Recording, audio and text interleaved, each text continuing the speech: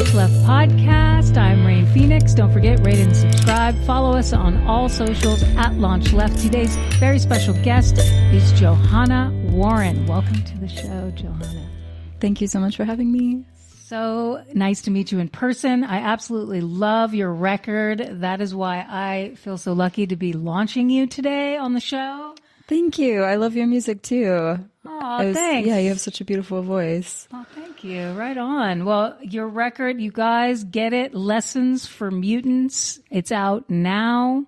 It's fantastic. First of all, I want to ask where you're from originally, because you're in LA right now, but I know this is not where you live. So tell us a little bit about your musical roots. The roots are deep and ever spreading. I was born in Florida, kind of random. Have moved around a lot my whole life. Have spent the last 2 years in rural Wales. Rode out the pandemic in the hills surrounded by sheepies. And now this is the first time I'm back in the U.S. since the whole COVID thing kicked off 3 years ago. So yeah, I'm on sort of like a record release tour, but mostly like hugging friends tour. Wales. Tell us more about Wales. Did it make you kind of want to just move out of the country permanently, or are you happy to be back stateside?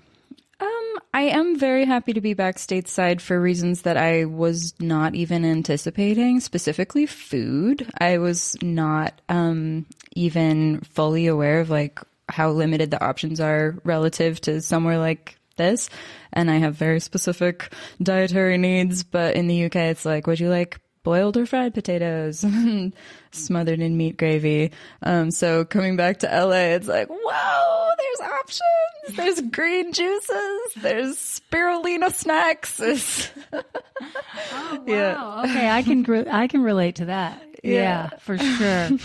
And so where do you live in Florida still as your main space, or because of you were just in Wales, now you're just on the road kind of without a home touring? That one, the latter. Yeah. I've been pretty fully nomadic my whole life. My parents moved around a lot when we were growing up. So moved away from Florida when I was 2, and I think got that biorhythm set really young of just every few years, it's time to move and don't get too comfortable. Don't make too many friends. Just a very light touch with life. And I think in my adulthood, I transferred that into being a professional musician. So tumbleweeding around. And Wales was a very ideal place to ride out the pandemic, but now that's over. And I don't really know what I'm doing. I'm on tour for the next 2 months and then kind of figuring it out. Cool. And do you mind me asking how music first found you and how old you were, and what was that moment that brought you to music as your future perfect now? Future Perfect Now is a good record title. I don't know. My dad was very musical. He plays piano and sings, so I'm sure there was just music in the house all the time. My dad would dance me to sleep at night, like put on a record and just bop around the living room. So yeah, I was obsessed with Disney, Mary Poppins and Little Mermaid and all of them. So yeah, just like got melodies in my head before I could talk. Yeah. And then was it guitar or piano? What instrument brought you to songwriting? Well, I guess songwriting, I started when I was in kindergarten, like little toy pianos, just writing love songs for Batman. And that's good taste. I think he's hot too. My earliest sex dream was Batman stroking me with strawberries in a child's tent outside. And I actually just recently had a dream where I was telling someone in the dream about that dream. We were waiting in line for a new Batman movie, and I was like, my earliest sex dream was about Batman. And she was like, why Batman? And why Batman, well, what my dream self said was something like, he's a man of mystery who's tender. He's like, he'll take care of you. I love this part of the conversation. Make a note of it. Now I feel like we've gotten into deep. You were going to ask me if I have Batman sex dreams? No, but I totally get how you may have. I think he's very, very handsome and regal and seems tender, but also badass. So yes. I don't know which Batman. It's not really the guy behind it. It's just Batman. Yeah. Maybe even the comic suit. book is all those things. That's it. He was in full suit in my dream. And I think it's like, I don't want or need to know who's behind that. It's the mystery that's hot. So how long have you been writing songs and releasing music as Johanna Warren? As my solo self, time keeps on marching, doesn't it? I guess it's been like 10 years. Woo! But I had a band before that called Stick Lips, which is where I sort of cut my songwriting teeth, but then that fell apart in a fairly tragic way, and I emerged as a person instead of a band. My main collaborator got a brain tumor when he was like 23 and was sick for a couple of years and then finally pieced out of this dimension. But his name was Jonathan, and he's still to this day I consider him a collaborator actively in everything that I do. I really feel him come into the room sometimes, especially when I'm playing guitar, because he was just such a genius guitar player. So sometimes when I'm trying to figure out, like on this new record, I played electric guitar more than I have on any other record of mine, and like soloed for the first time, and invoked him for sure. Whether conscious or unconscious, there is a responsibility to those who've passed through art that, when you care deeply about them, they're always a part of what you do. And I can relate completely. So you brought us a copy of the vinyl. This is the coolest cover. If you're seeing this, you must get this record. You can stream it everywhere as well. Also some delicious calendula, it looks like, dried calendula and organic seeds that I get to plant. Yeah, that's all from my Welsh garden, RIP. I was like homesteading so deep through the pandemic, and then our landlord evicted us with very little notice, and it was just pretty traumatic having gone so deep into like my garden fairy world. And then he came over unannounced and strimmed my wild herb garden, and it was honestly one of the more iconic moments of my life, like confronting him in that moment and getting to yell at this old white man about plants and how violating that was. And it was like the day after Roe v. Wade was overturned too. So I was just already... He got the fury of all of it. Yeah, all the ancestors, all the collective rage. I was like, you chose a funny day to mow down a witch's garden, my friend.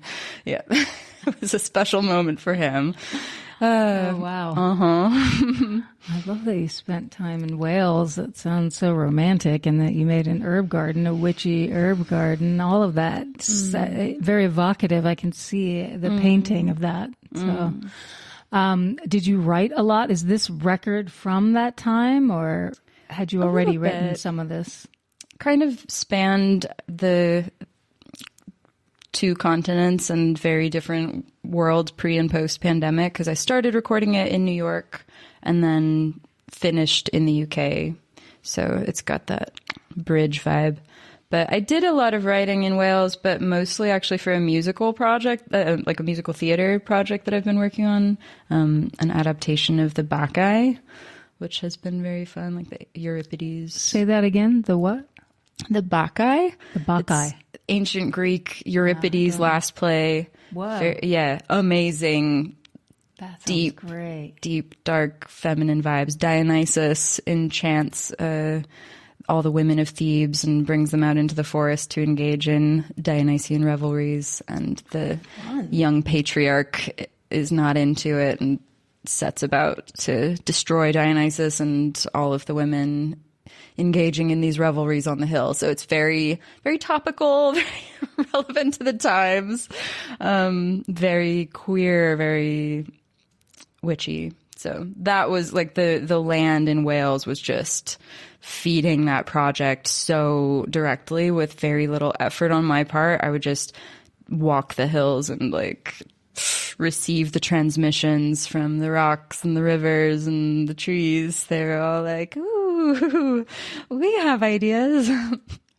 That, I think that totally makes sense. And I love how you use the term receive transmissions, because I do feel that, you know, without anthropomorphizing too much nature, that there are messages, and the trees are talking, and that so are the rocks and the streams. So I love that observation and that teaching that you got from it, and that you made an art project, you know, about that. Did it come out there, or were you working on it, and is it still in process? It is still in process. It was my friend Jay Landon Marcus. He hit me up out of the blue. I knew him I've known him for many years, but we were out of touch for a long time. But he sort of came out of left field and was like, I'm working on this project, and I feel like you're the person that I want to collaborate with on it.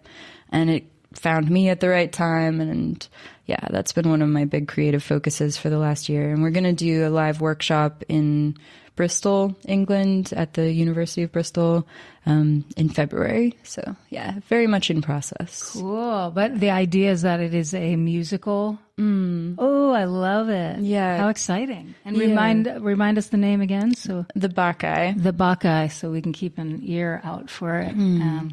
That's exciting. So that makes sense. And that was not planned. You just happened to be in Wales when you got that call about him wanting to collaborate. And then you really were in the right place at the right time to receive those transmissions and be able to speak for the voices of those women. And wow, that's powerful. Now, do you have any questions for me before I keep drilling you with questions? Well, I'm interested. Yeah, I mean, I'm just interested to meet you and get to know you, because you seem like a vibey, amazing person. So yeah, I'm curious, when you resonate with that feeling of like receiving transmissions from nature, do you find, is that a part of your practice, your creative practice?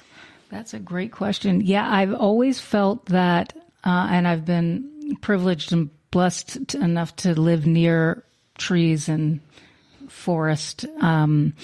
As a matter of fact, when I was a kid, my dad would make sure, like even when we'd have to rent a 1-bedroom apartment with all of us kids, or a small house, that it was butted up against like a reserve or the desert wash or somewhere where we could hike. Because he was both my parents were really all about nature, and depending on where we were, it wasn't readily available if you were in the city part. So he would always find these sort of like outskirt areas where we could walk and hike. And so from a very young age, I learned how important to my creative outlet and process nature was. And so, yeah, I think like unconsciously or consciously, it always makes its way into my songwriting. It's like love, nature, pain.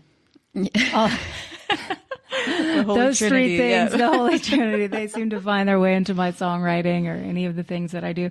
So yes, and I've always had this thing about the trees talking, and I'm listening, like I'll sit and just listen to the trees talk. And it is really, even if all it does is sort of clear all the chatter, that's in itself is such a welcome thing, because the mind can just not shut up. So it's nice to have nature clear the mind a bit, and have more mindfulness and throughout the day. So yes, a very different approach than what we're encouraged to see creativity as. I think it's like, it feels very wrapped up in patriarchy and like favoring the yang energy all the time, like do, make, create, push out, instead of relax, be quiet, receive, attune, hold, which is, I'm working on that personally, because I think even though I was, assigned female at birth, a very masculine being in a lot of ways, very ambitious, very willing to push myself beyond. And I'm working on kind of healing that toxic masculine in myself and making space for my feminine to just do what she loves to do, which is like be a mermaid lounging on the side of a pool. But she, you know, in that process, she receives so much that then I think the masculine can use for his ambitious creative pursuits. But it's like, oh my God, thank you. Like I never could have come up with that. But now that we were quiet for a second, this waterfall has gifted us this rich material that, yeah, it feels humbling and really important for me to remember to check myself and not need to be talking all the time. Like, listen, attune. That was a message I needed to hear, because I definitely, I needed to hear that. And I know what you mean when you have those moments of like, the feminine self comes out.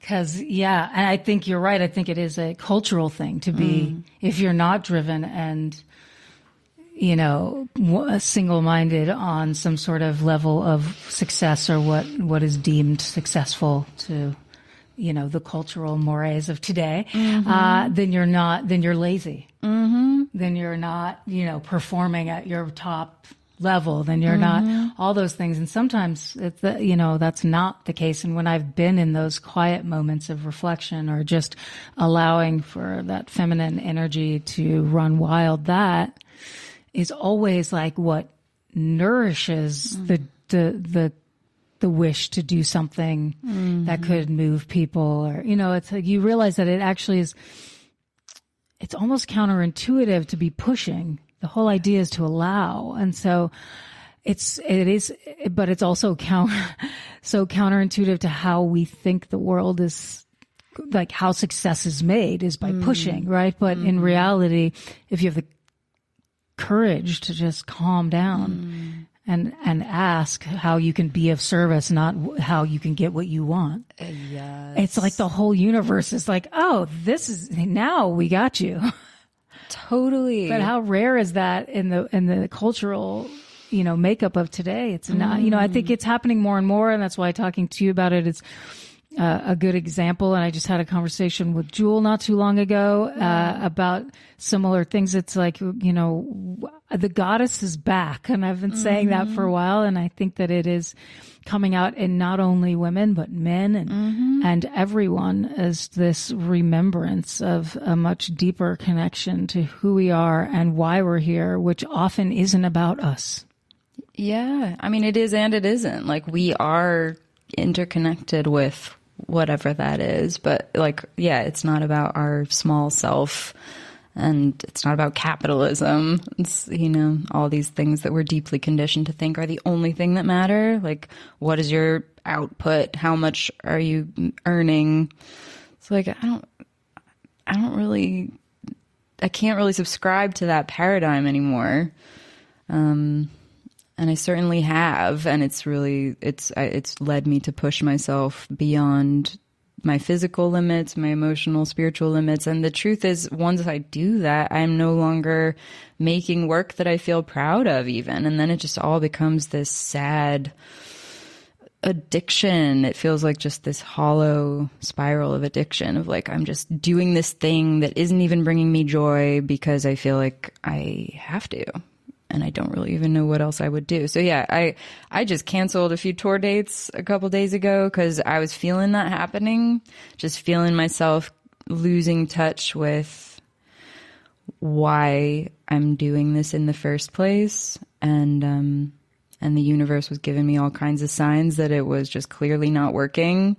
And it was just one of those crossroads moments where you can either push and ignore the signs and push through the signs that your body's giving you and do the thing anyway for the sake of doing it, or surrender and listen and accept, like, this is not the right action for this moment. So I'm going to withdraw and go sit on the mat and go back to square one and just make sure that my alignment is in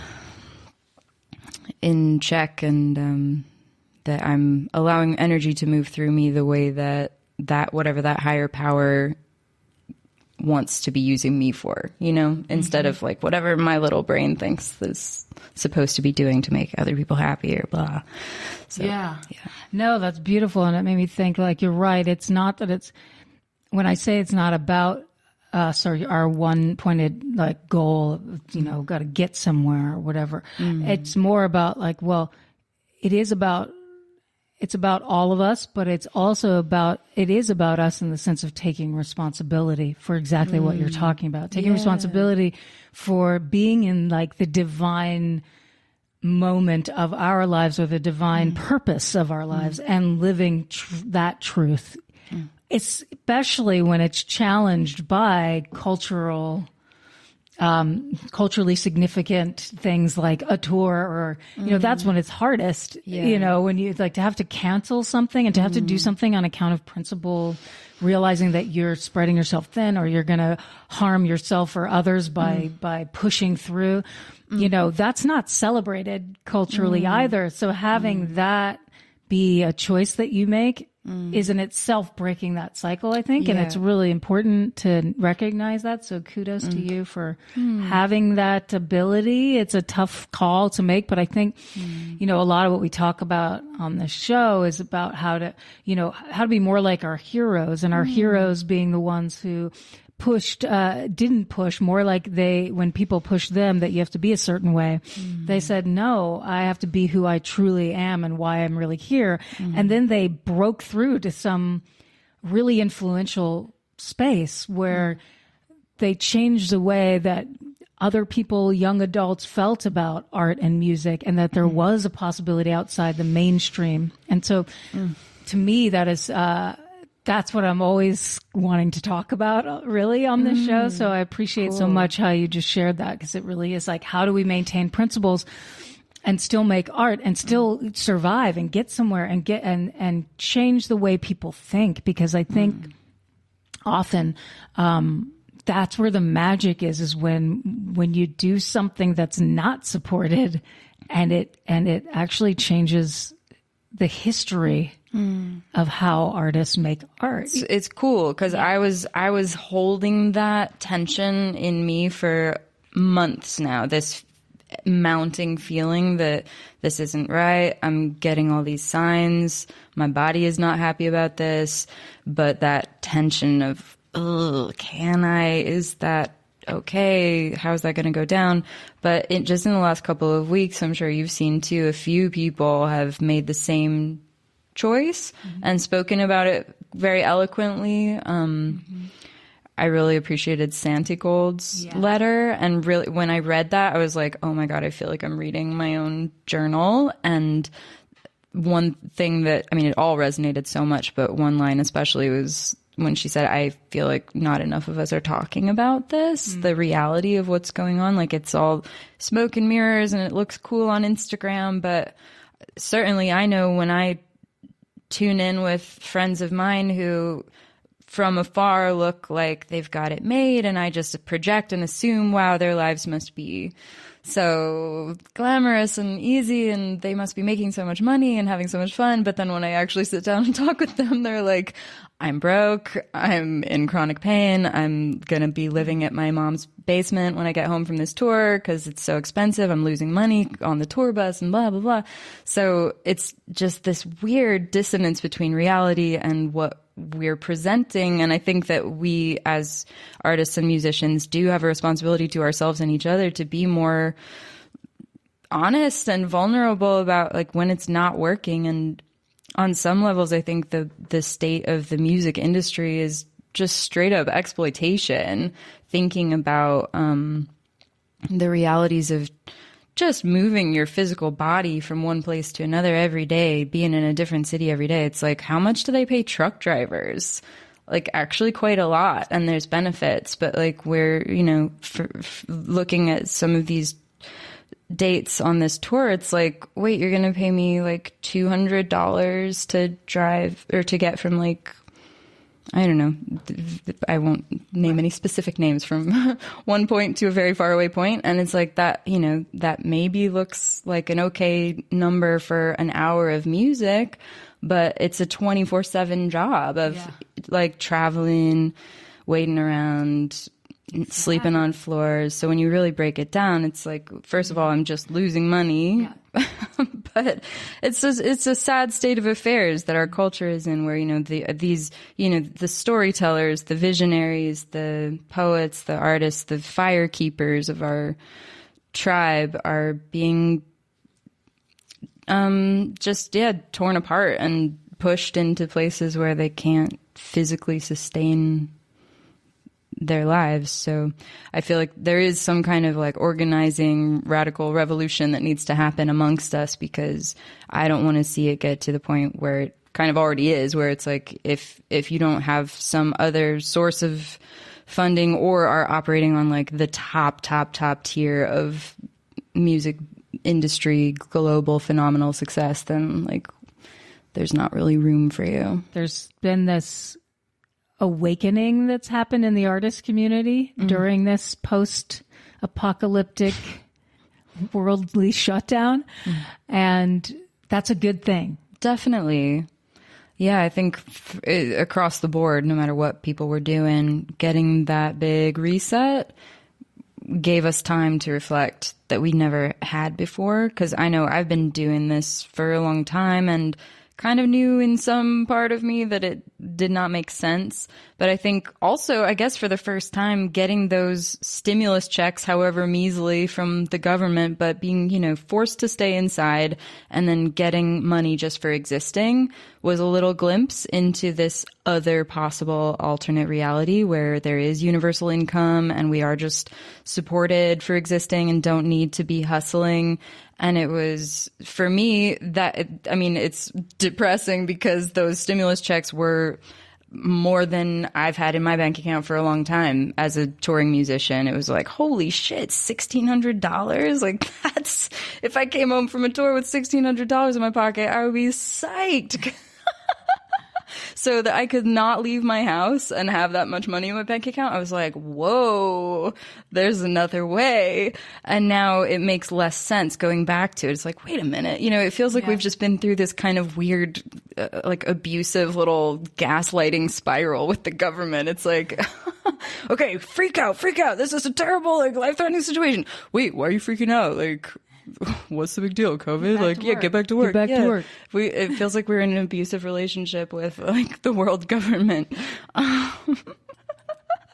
But yeah, the money thing, it's weird. It's like, okay, if I'm going to break even, I'd rather do that from the comfort of my own home and not be hurting myself. So yeah, it is really interesting times. I kind of hoped in real time when COVID was happening, I was like, maybe this is the first crack of opening, awakening, paradigm shifting. Maybe we need this kind of catastrophic disruption of rhythm to wake up, to awaken from this trance of capitalism that we're all in, where we are just working to live, instead of living. Wouldn't that be nice? It would, and I hope that it's happening. I do feel it. I feel like in my little mini microcosmic experience of sharing that with people, I wasn't sure how it was going to go down. I wasn't sure if I was going to get a lot of pushback from venues and label and fans and everything, but it's just been unanimously supportive, actually. That's great. Really heartening to feel that. Yeah. That's cool. Yeah, no, it's good to remember that human creativity is so limitless and we have infinite potential to create new systems. And the system that we're in is clearly not working, not serving the people anymore. But it's like, no problem. Let's make a new system because we dreamed up this one. Exactly. And it turned into a nightmare, but it's still our dream. So we just need to become lucid in this dream and change it. Wow, that was so on point. Thank you. That quote, I would like that. I hope that's quoted. We'll make sure that's a quote. That was really beautiful. So I want to just ask you one more question, which is, what is your form of activism, or what do you resonate with in terms of the world stage, and how do you enjoy giving back to that thing?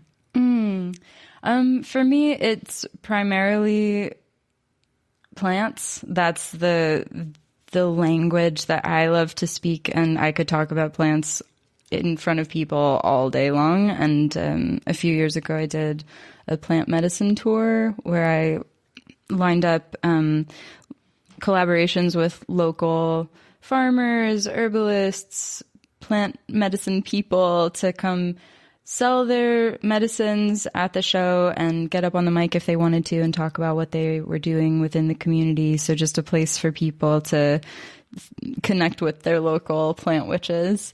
And that was so good. It was, it was a record release tour many years ago, and I was feeling similar to how I am now, exhausted and unsure if I could go on. And I was sitting in the forest feeling that and like asking the trees for guidance.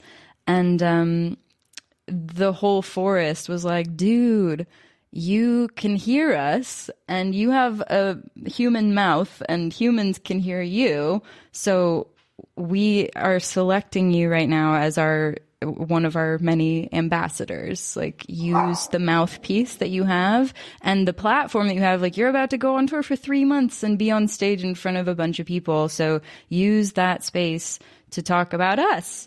So I was like, ooh, that's an exciting mission that I can get behind. So yeah, quickly took it upon myself to reach out to plant people everywhere. So yeah, the reason that I felt called to get into plant medicine and healing for myself was because I was in this body experiencing several chronic and acute conditions that Western allopathic medicine just doesn't have viable answers for. Doctors would just be like, either we don't know what's wrong, or we don't care, or you're crazy, or here's some really expensive pharmaceuticals that you're going to need to be on for the rest of your life, and they're going to cause 25 different side effects that you're going to need more pharmaceuticals for. So that was the first 20 years of my life, was just so many drugs that it was just a traffic jam, a nightmarish traffic jam of like complications and side effects. And I got to this point when I was 21 where I just realized I have no idea who I am or what my body is capable of without all of these hardcore drugs that I've been on since I was a kid. So took it upon myself to start going off them, finding alternatives, exploring Eastern medicine, acupuncture, Ayurveda, and Western herbalism and folk medicine. And I've gotten it down to a point for many, many years where the only pharmaceutical I'm on is insulin because I'm type 1 diabetic, and that's kind of like the big mountain that I have yet to climb, perhaps, but also maybe just to accept that, like, that there's a difference between healing and curing, and sometimes you just have a thing that isn't going anywhere, but you can still heal your relationship to that thing. Mm-hmm. But anyway, plants have just hooked it up for me, and I just feel so deeply indebted to them, to the whole kingdom of plants and fungi, and I wouldn't be here if it wasn't for them. And I feel like that's such a huge part of our collective healing, is just remembering as a species that we co-evolved with these benevolent beings. We would not be here without them. They feed us, they heal us, and the earth is such a generous place that wants to feed and heal us for free. And we've created these funny systems where we have to believe in scarcity so that corporations can make tremendous profits. So it feels to me like remembering the medicinal healing powers of plants and our role as stewards in that web feels so key in unlocking so many shifts that I would love to see happen. So the more that I can use the little spaces and stages and microphones that I'm given to talk about what really matters to me, then the better I can feel about all of it. Plants and the healing power of plants. That is a great answer. Thank you. That's why I asked the question, is I'm always surprised and elated by the answers that different artists get on what is their form of activism or a way to give back or what they're thinking about in on the more global stage than just their own personal lives. So everyone out there, again, get Lessons for Mutants. It has been my pleasure to speak with Johanna Warren. Thank you for being on the show. Thank you so much for having me. It's been a delight. And have a great tour, and I hope that we can stay connected. Likewise. Thank you so much. This is Johanna Warren with her song Lessons for Mutants, performed live during the garden session at Pulp Studios. You can find them at Pulp Arts on Instagram and pulparts.com on the web. Wanna hear what's in my head? Holy Spirit hovering over my bed, colors burning into pure white. Warm hands return me to the light, made the journey safe and sound. Bury my yearning in the ground. I am learning.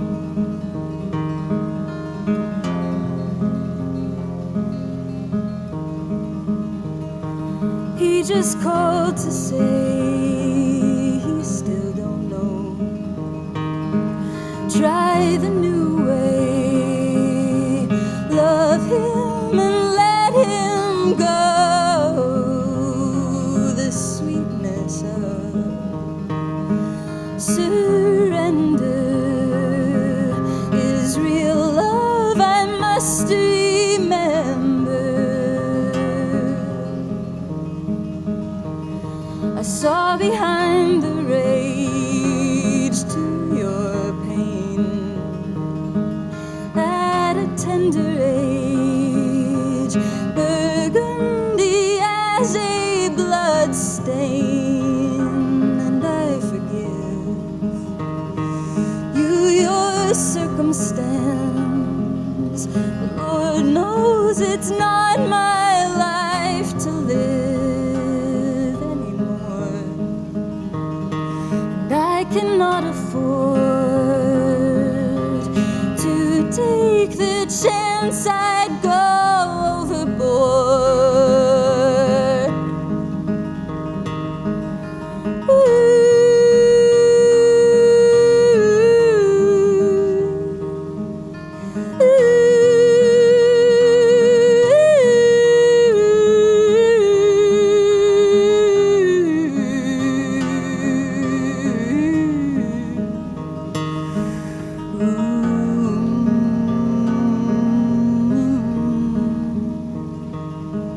Now free of yesterday,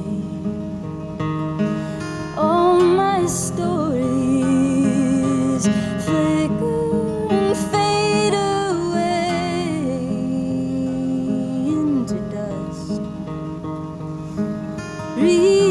revealing not who I thought I was. Layers peeling, ancient feelings born from our mother's bloodlust, rebuilding trust. Ask me anything, or tell me if you must. You thought you knew me back when. Watch the fire burn through me, I'm born again. And should you ever be fully realized, come find me, join in the revelries of butterflies.